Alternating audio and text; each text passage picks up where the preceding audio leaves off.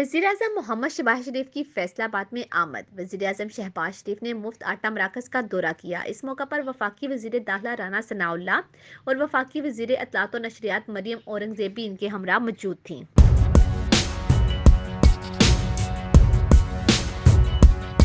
वज़ीर-ए-आज़म शहबाज शरीफ ने आटे के थैले तकसीम करने के निज़ाम का जायज़ा लेते हुए खुद भी मुस्तहकीन में आटे के थैले तकसीम किए। इस मौका पर ख़वातीन से आटे की फ्राहमी और इनके मसाइल के बारे में भी दरियाफ्त किया, जिस पर ख़वातीन ने मुफ्त आटे की फ्राहमी पर वज़ीर-ए-आज़म का शुक्रिया अदा किया।